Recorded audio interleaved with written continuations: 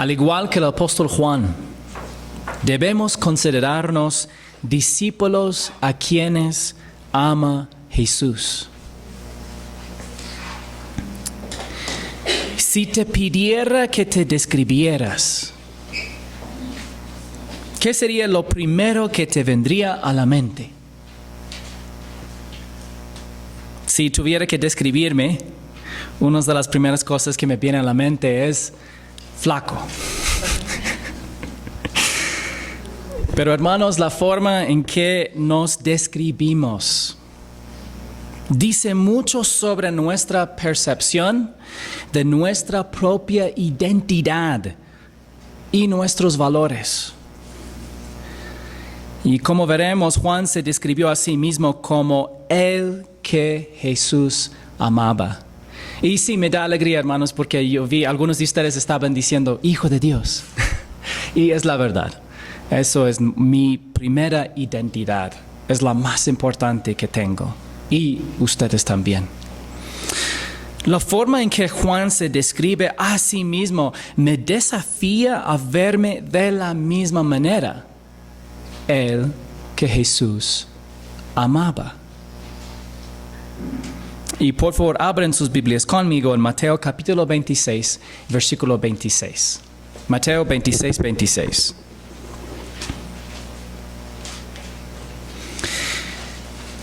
Mientras comían, Jesús tomó pan y habiéndolo bendecido, lo partió y dándoselo a los discípulos, dijo, tomen, coman, esto es mi cuerpo.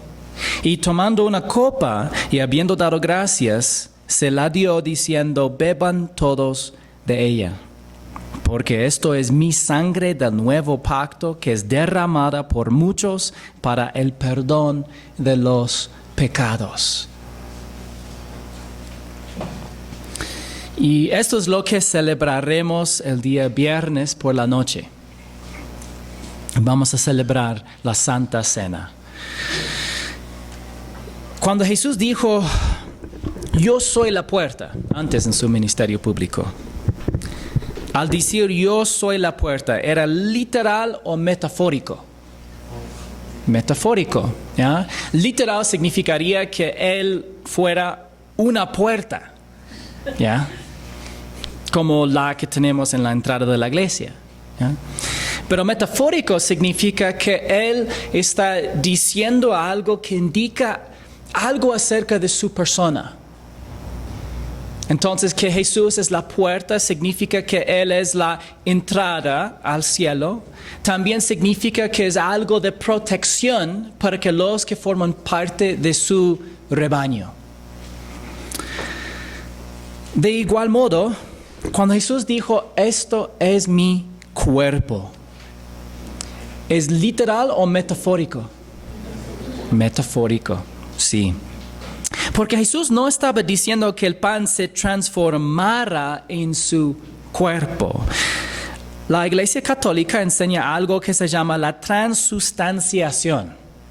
Tú dices, ¿qué palabra? Sí, la transustanciación explica Thomas Constable para que la entendamos. Los adherentes de transustanciación piensan que Dios transfiere el cuerpo y la sangre de Cristo a la sustancia de los elementos, pan y copa. Esta creencia sostiene que el pan y el vino se convierten en el cuerpo y la sangre físicos de Cristo. Es decir, que realmente la creencia, si de pronto supieran o no cuando fueran católicos, la creencia fue literalmente que ese pan se convertía en el cuerpo de Jesús y que el vino convertía en la sangre de Jesús. Pero ¿cómo sabemos que Jesús no enseñaba que el pan y la copa se transformaban literalmente en su cuerpo y sangre? Bueno, porque el cuerpo y la sangre de Jesús estaban presentes y separados del pan y la copa. En este momento Él estaba presente, en cuerpo con sangre, y estaba distinto del pan y el vino en la copa. Y por esta razón es tan simple y sencillo que no estaba diciendo que ese pan y vino se convertía en su cuerpo y sangre. Otra postura se llama la consustanciación y enseña que Jesús está presente en el pan y la copa, aunque estos no se transforman literalmente en su cuerpo y sangre. ¿Ya? Entonces es algo que podríamos definir como un poco místico porque es algo no visible, es algo oculto, pero es algo presente solo espiritualmente. Sin embargo, tanto Lucas como el apóstol Pablo señalan que Jesús dijo que los creyentes comen y beben el pan y la copa en memoria suya. Es para decir, ni está diciendo que hay alguna transformación espiritual invisible. No hay ninguna transformación. El pan es pan, el vino es vino, nada más. Pero tiene un propósito, sí. Tiene un propósito. Y vamos a ver lo que dijo el apóstol Pablo, porque él nos da en detalle. Dice en 1 Corintios 11, 23 al 26, porque yo recibí del Señor lo mismo que les he enseñado. Entonces, él recibió esta información directamente del Señor Jesús. Que el Señor Jesús, la noche en que fue entregado, tomó pan. Y después de dar gracias lo partió y dijo, esto es mi cuerpo que es para ustedes, hagan esto en memoria de mí. Esta misma frase también escribió Lucas. Entonces, tanto Lucas como Pablo específicamente dijeron, tenemos que estar seguros de mencionar todo lo que dijo Jesús. Porque para Mateo no fue tan importante de mencionar esa frase. Él solamente menciona la primera mitad de lo que dijo Jesús. Esto es mi cuerpo. Pero Lucas, alguien le había contado de que Jesús dijo, hagan esto en memoria de mí. Y él dijo, eso es clave. Y lo escribió en su evangelio. Y la razón es probablemente porque ya poco a poco se iba un poco más confusión. Y el apóstol Pablo escribió lo mismo. Nos advirtió todo lo que dijo Jesús. No solamente esto es mi cuerpo, pero hagan esto en memoria de mí. El propósito es un recordatorio de la persona de Jesucristo. De la misma manera tomó también la copa después de haber cenado diciendo, esta copa es el nuevo pacto en mi sangre. Hagan esto cuantas veces la beban en memoria de mí. Entonces Jesús no estaba diciendo que hay alguna transformación invisible, espiritual, mucho menos visible y literal, sino fue un memorial de Él. Porque todas las veces que comen, ahora está explicando el apóstol Pablo, este pan y beban esta copa, ¿cuál es el propósito? ¿Cuál es la acción o el significado espiritual de la celebración? Proclaman la muerte del Señor hasta que Él venga. Este es el significado de la Santa Cena. El pan y la copa de la Cena del Señor no imparten gracia, no imparten perdón. Él sí mencionó el nuevo pacto en mi sangre que es para el perdón de los pecados. Estaba hablando de su muerte sustitutivo en la cruz, que sí provee, es la base del perdón que tenemos. Pero no es la Santa Cena la que da el perdón. Es la muerte de Jesús que proveyó el perdón. Y el perdón nos apropiamos mediante la fe en Jesucristo. Entonces, la Santa Cena no imparte ni gracia, ni perdón, ni el Espíritu Santo, ni poder espiritual, ni sabiduría, ni nada más. ¿Ya? Cuando tú comes el pan, es pan. Y cuando bebes de la copa, es una copa. O vino o jugo de uva, es la misma cosa en el pensamiento judío. Pero en la cena del Señor, el pan y la copa representan la humanidad sin pecado y la muerte sacrificial de Cristo en la cruz por sus pecados. Y los creyentes comen y beben en memoria de Él, anticipando su regreso. ¿Por qué específicamente la humanidad sin pecado de Jesús? Porque ¿qué tipo de pan comían esa noche? Sin levadura. ¿Y qué representa la levadura? Pecado. Entonces, tuvo un significado especial porque representaba a Jesús y su cuerpo y fue el único en la historia humana que permaneció sin pecado. Además, la copa representa la muerte sacrificial de Cristo, su sangre. Su muerte por nuestros pecados, y hacemos esto en memoria de Él y anticipando su regreso, porque hasta que Él venga proclamamos su muerte. Comer y beber la cena del Señor es un acto que el creyente realiza en memoria de Cristo y como proclamación de su muerte hasta su venida. Bueno, ahora, existe cierto debate sobre si Judas estuvo presente en la cena del Señor o no. Pero el relato de Lucas parece aclarar el asunto. Leamos. Dice, y tomando el pan después de haber dado gracias, lo partió y les dio diciendo, esto es mi cuerpo que por ustedes es dado, hagan esto en memoria de mí. De la misma manera tomó la copa después de haber cenado diciendo, esta copa es el nuevo pacto en mi sangre que es derramada por ustedes.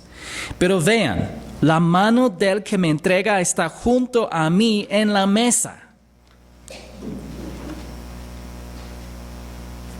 Porque en verdad el Hijo del Hombre va según se ha determinado. Pero hay de aquel hombre por quien Él es entregado. Entonces ellos comenzaron a discutir entre sí quién de ellos sería el que iba a hacer esto. Entonces, sí hay algunos debates acerca de este tema. ¿Estaba presente o no? Parece muy claro que sí estaba presente. ¿Ya? Jesús predijo que uno de los 12 apóstoles lo traicionaría.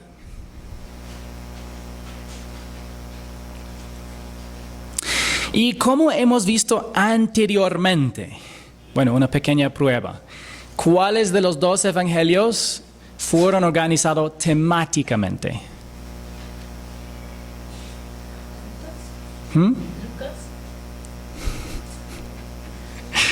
Está bien, no pasa nada, hermanos. Mateo y Marcos fueron organizados temáticamente. Significa por tema, no cronológicamente, que significa en orden del suceso de eventos. ¿Ya? Tanto Lucas como Juan escribieron cronológicamente. Es decir, ellos dijeron tal cosa pasó, después tal cosa pasó y en orden. ¿Ya? Hay un poco de debate. Algunas personas creen que en algunas ocasiones Lucas no es cronológico, pero yo creo que es más probable que sí, por su introducción, diciendo específicamente que todo su relato fue organizado. La otra cosa es, en general vemos perfectamente cronológico, aparte de algunas partes discutidos.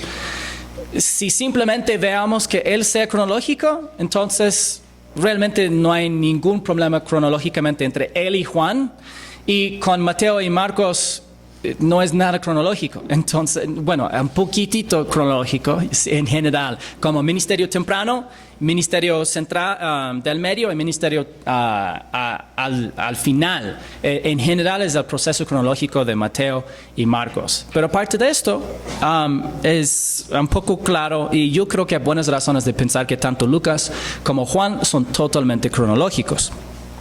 Pero esta es una buena razón para que las iglesias, en mi opinión, ¿ya?, no deberían regular quién participa de la cena del Señor. Si bien la cena del Señor es claramente para los creyentes en Cristo, solo cada persona puede decidir si cree en Cristo o no.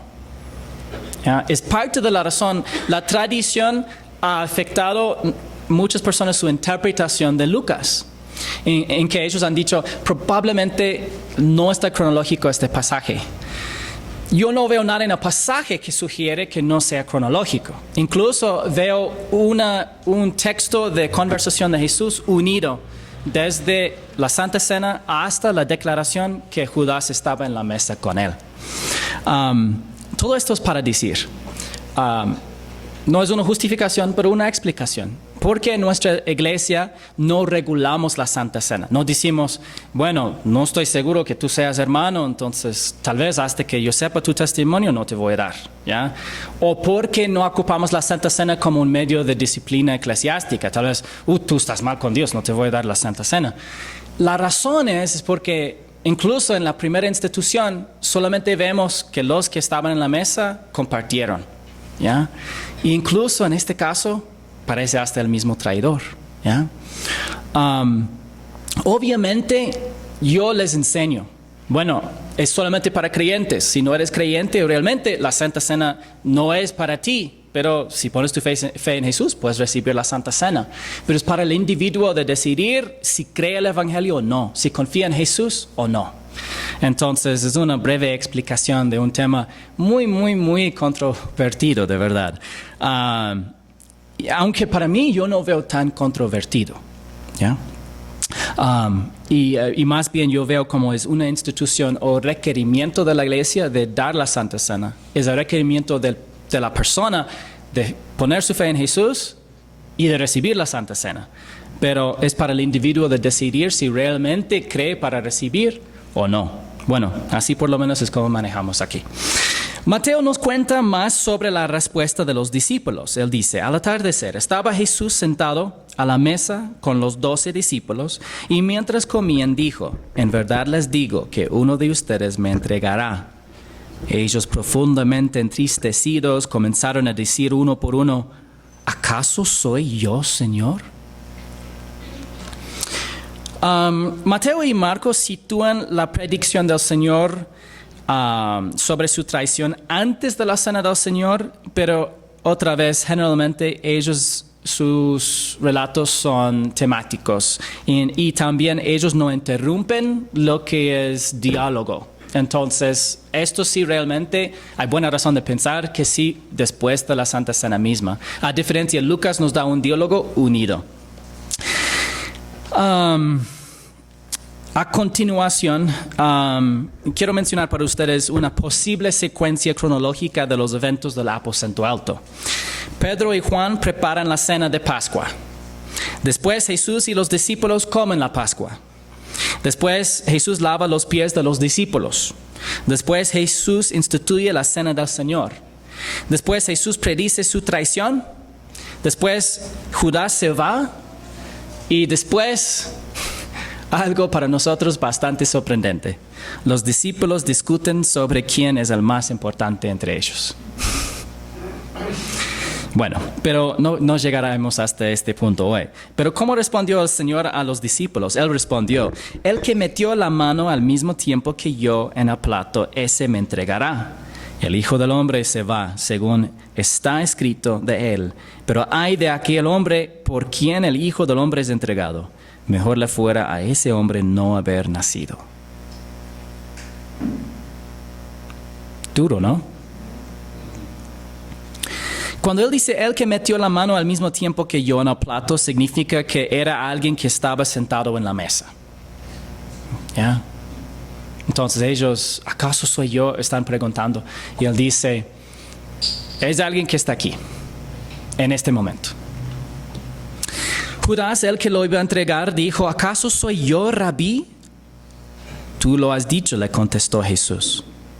Bueno, quiero explicar algo. La pregunta, ¿acaso soy yo? Significa en efecto, no soy yo, ¿verdad? Porque en griego solamente es el negativo no más el yo. Dice, no yo. No soy yo, ¿no es cierto? Así cada uno estaba diciendo. No estaban diciendo, puede ser yo. No, cada uno estaba diciendo, no soy yo, ¿no es cierto? Y la pregunta supone la respuesta negativa. No, no eres tú. Cuando Jesús dice, tú lo has dicho, fue una respuesta vaga, que podría haber significado, sí, eres tú, o como dijiste, no eres tú. ¿Ya? No fue, solamente es una respuesta, tú lo dices. ¿Ya? Y se podía entender de una manera o de otra manera. Y esta es la razón que los discípulos siguen confundidos. Nótese que los demás discípulos se referían a Jesús como Señor. Ellos dijeron, ¿acaso soy yo Señor? Así dijeron todos. Pero después Judas dice, ¿acaso soy yo Rabí? ¿Y qué significa maestro? Los 11 discípulos creían que Jesús era el Señor Dios de Israel, mientras que Judas simplemente lo veía como un maestro y estaba dispuesto a traicionarlo por 30 monedas de plata. Bueno, el apóstol Juan nos da más información sobre la predicción de la traición. Como hemos visto, hay algunos relatos de los evangelios que tenemos que ver los 4 para ver en su totalidad. Y aquí en Juan 13, dice 13:21, habiendo dicho esto, Jesús se angustió en espíritu y testificó y dijo, en verdad les digo que uno de ustedes me entregará. Los discípulos se miraban unos a otros y estaban perplejos sin saber de quién hablaba. El apóstol Juan omitió la cena del Señor, que tuvo lugar entre el lavamiento de pies y la predicción de la traición. Y muchos preguntan, ¿por qué Juan omitiría algo tan importante como la cena del Señor? Y yo creo que la respuesta es porque Juan escribió último, incluso después de Pablo. A veces olvidamos que él escribió aún después de Pablo. Entonces ya Mateo, Marcos, Lucas y Pablo habían escrito y dado todo el diálogo de la cena del Señor. Y Juan enfatizó en su evangelio muchas cosas que los demás no mencionaron nada. Y específicamente aquí fue algo muy importante para Juan, porque algo fue revelado solo a Juan en este momento. Entonces para él tenía que avisar de lo que pasó en ese momento, mientras que los demás no lo mencionaron. Uno de sus discípulos, el que Jesús amaba, estaba a la mesa reclinado en el pecho de Jesús. ¿Quién es el discípulo a quien Jesús amaba? Juan. El discípulo a quien Jesús amaba era probablemente el apóstol Juan. Y ahora podemos preguntarnos, ¿por qué se describió así? Juan no insinuaba que Jesús lo amara solo a él, sino que se identificaba como amado por Jesús. Así es como se veía. Esta es la razón que describió a sí mismo de esta manera. En realidad, Juan evitaba llamar la atención sobre sí mismo, porque de pronto decimos, nos parece un poco egocéntrico. Yo soy el discípulo que Jesús amaba. Pero estamos leyendo mal. ¿Por qué? Él pudo haber dicho, y ahí sentaba Juan a la mano derecha de Jesús. ¿Ya? Tiene que reconocer que esto hubiera traído mucha atención a sí mismo. Entonces él pensaba, ¿cómo puedo describirme pero sin decir que fue yo? Bueno, el discípulo que Jesús amaba. Porque así es como pensaba. Él pensaba en sí. Yo soy el discípulo que Jesús amaba. Él no quiso llamar la atención, pero sí mencionó su descripción. Y su descripción se basaba en su percepción de su verdadera y inherente identidad. ¿Quién soy yo? Él dijo, amado por Jesús. Podría haber dicho simplemente que estaba sentado junto a Jesús en un lugar de honor, pero en cambio dijo uno de sus discípulos, el que Jesús amaba. Sin embargo, podría haberse descrito de muchas otras maneras. Podría haber dicho uno de los discípulos jóvenes, probablemente el más joven. ¿Ya? El discípulo más joven pudo haber dicho. ¿Ya? O pudo haber dicho uno de los discípulos galileos, ¿ya? Su lugar de origen. O pudo haber dicho uno de los hijos de Zebedeo, ¿ya? Su familia. Pero en cambio, él dijo uno de sus discípulos, el que Jesús amaba. Entonces hay una pregunta que quiero que pienses por un momento en tu corazón. ¿Cómo te ves a ti mismo? ¿Te ves a ti mismo en función de tu edad? ¿Te ves a ti mismo en función de tu lugar de origen? ¿Te ves a ti mismo en función de tu familia? Todas estas son partes importantes de tu identidad. ¿Ya? Pero no son la parte más importante. Tu edad es parte de ti. Tu lugar de origen es parte de ti. Tu familia es algo importante como parte de ti. Pero no más importantes que tu relación con Dios. Como creyente en Cristo, eres amado por Jesús.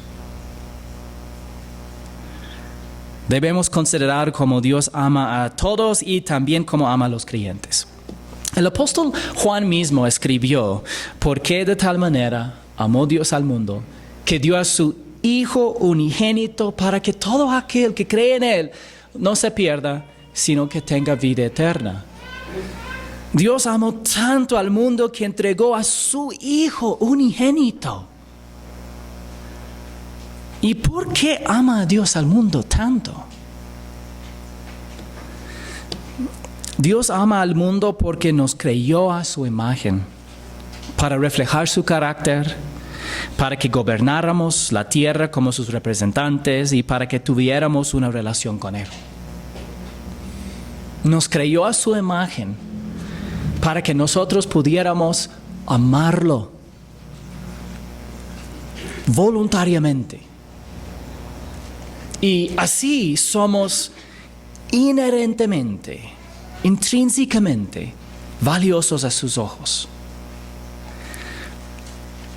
Esa imagen ha sido manchada por el pecado, pero aún así fuimos creados a su imagen y todavía llevamos la imagen de Dios.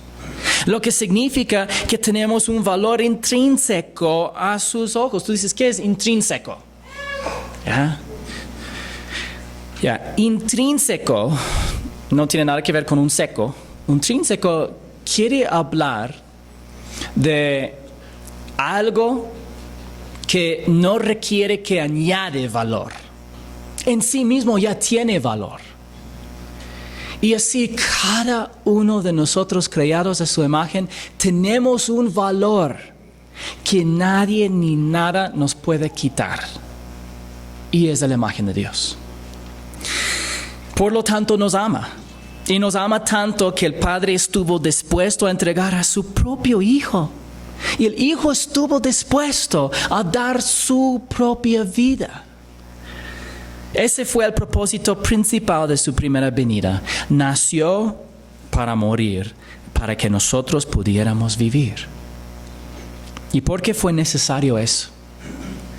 Porque nuestros antepasados desobedecieron a Dios voluntariamente, sumiendo a la humanidad en el pecado y la muerte. Como dice en Romanos 5:12.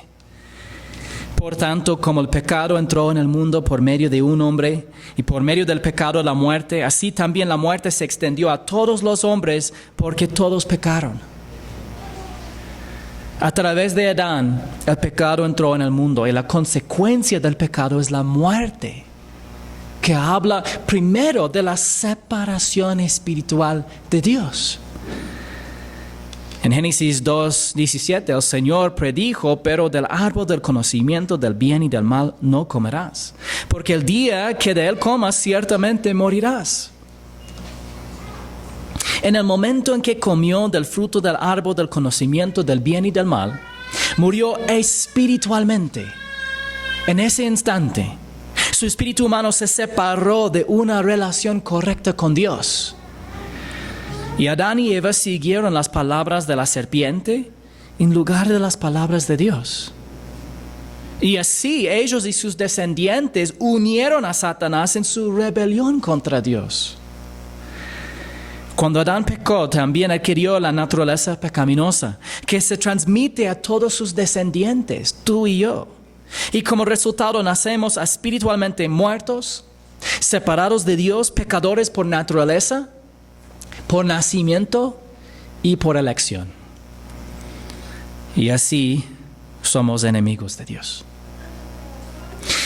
Pero Él siguió amándonos.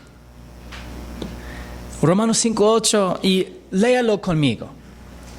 Pero Dios demuestra su amor para con nosotros, en que siendo aún pecadores, Cristo murió por nosotros. Dios demostró su amor hacia nosotros al morir Cristo en nuestro lugar por nuestros pecados. A veces a la gente le cuesta creerlo. Jesús no solo murió por nuestros pecados, sino que murió en nuestro lugar por ellos. Como vemos en 1 de Pedro 3:18, léelo conmigo. Porque también Cristo murió por los pecados una sola vez, el justo por los injustos, para llevarnos a Dios, muerto en la carne, pero vivificado en espíritu. Recuerda que solo Dios es perfectamente bueno y justo. Y Jesús es Dios hecho hombre. Él es el justo que murió por los injustos. ¿Y quiénes son los injustos? Nosotros.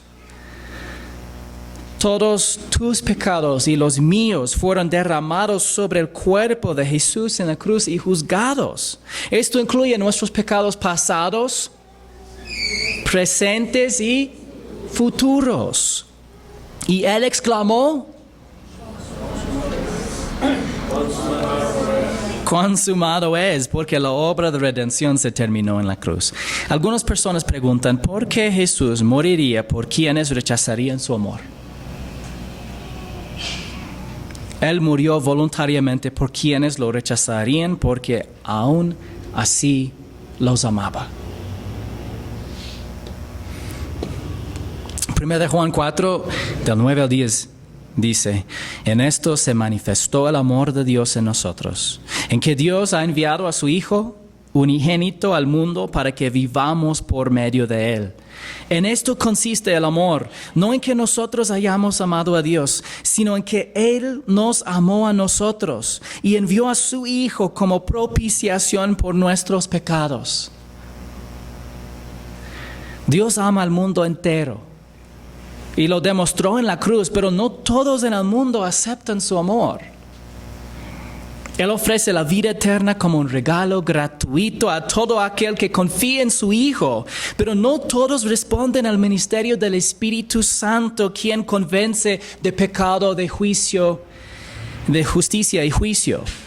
Muchos rechazan la verdad, prefiriendo confiar en sí mismos. Jesús amaba a Judas cuando le lavó los pies. Judas tuvo otra oportunidad de cambiar de pensamiento. Puedes imaginar este momento que Jesús estaba lavando sus pies.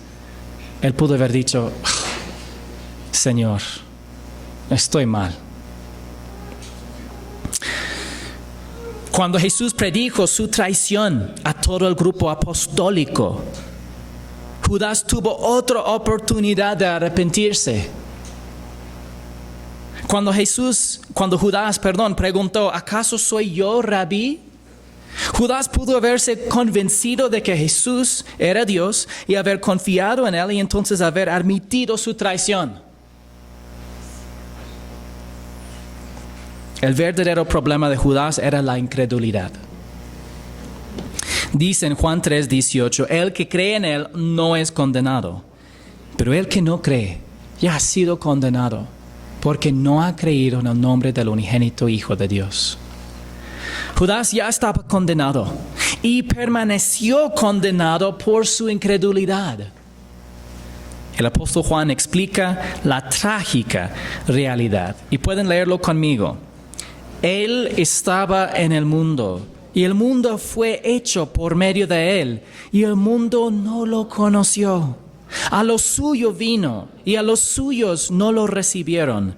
Pero a todos los que lo recibieron, les dio el derecho de llegar a ser hijos de Dios, es decir, a los que creen en su nombre, que no nacieron de sangre, ni de la voluntad de la carne, ni de la voluntad del hombre, sino de Dios. Y he aquí lo asombroso, aquellos que lo reciben por la fe, nacen de nuevo como hijos de Dios. Y hermanos, yo veo algunos un poco cansados y adormecidos, entonces voy a pedir a todos de pararse un momentito. ¿A pie? ¿Ya? Sí. Y estirar, respirar y exhalar. ¿Ya? Ya, hacia un lado, hacia el otro lado, ya, brazo derecha y izquierda, ya, listos para trotar. No, pueden sentarse otra vez. ¿Ya? Ya. Ahora sí, despiertos. O más relajados.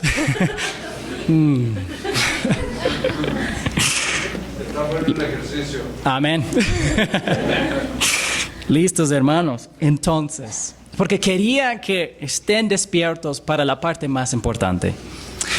Una vez que hemos nacido de nuevo por la fe en Jesucristo, el Padre nos ama como a sus hijos, como hijos suyos. 1 Juan 3:1 dice, y quiero que lo lean conmigo, miren cuán gran amor nos ha otorgado el Padre, que seamos llamados hijos de Dios, y eso somos. Por esto el mundo no nos conoce, porque no lo conoció a Él. Así habla el apóstol Juan. Él sabe quién es. Él dice, y eso somos. Este es el tipo de amor que el apóstol Juan sabía que Jesús le tenía.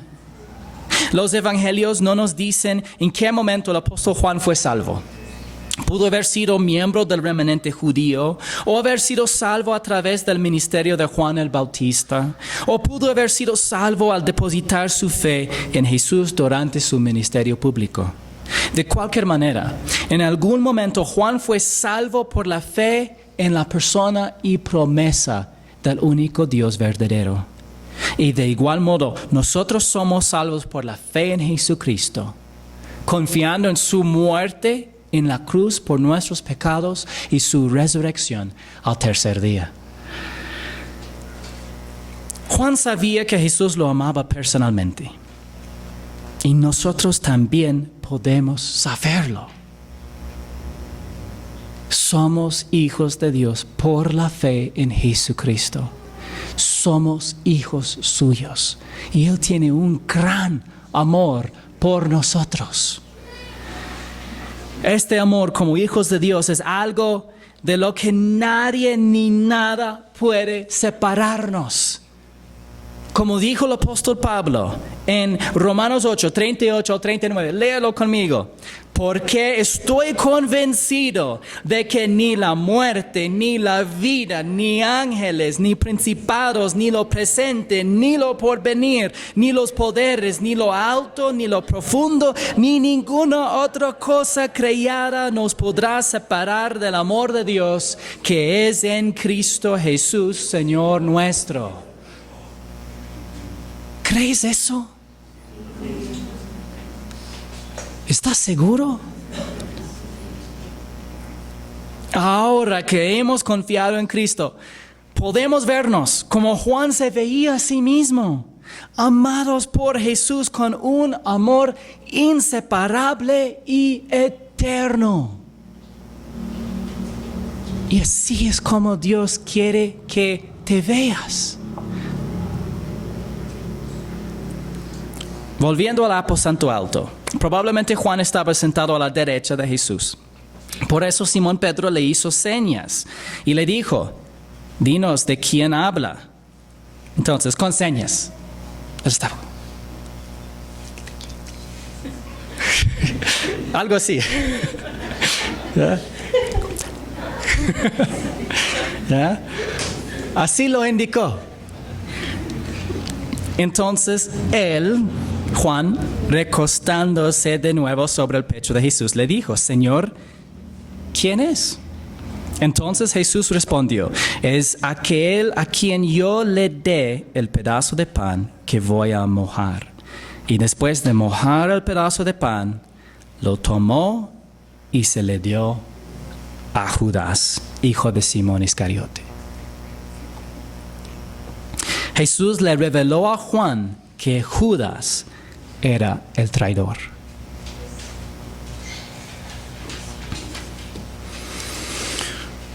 Observamos la amistad y la familiaridad entre Pedro y Juan. Aparentemente Pedro no estaba sentado cerca de Jesús, así que le hizo una seña a Juan para que le preguntara a Jesús de quién hablaba.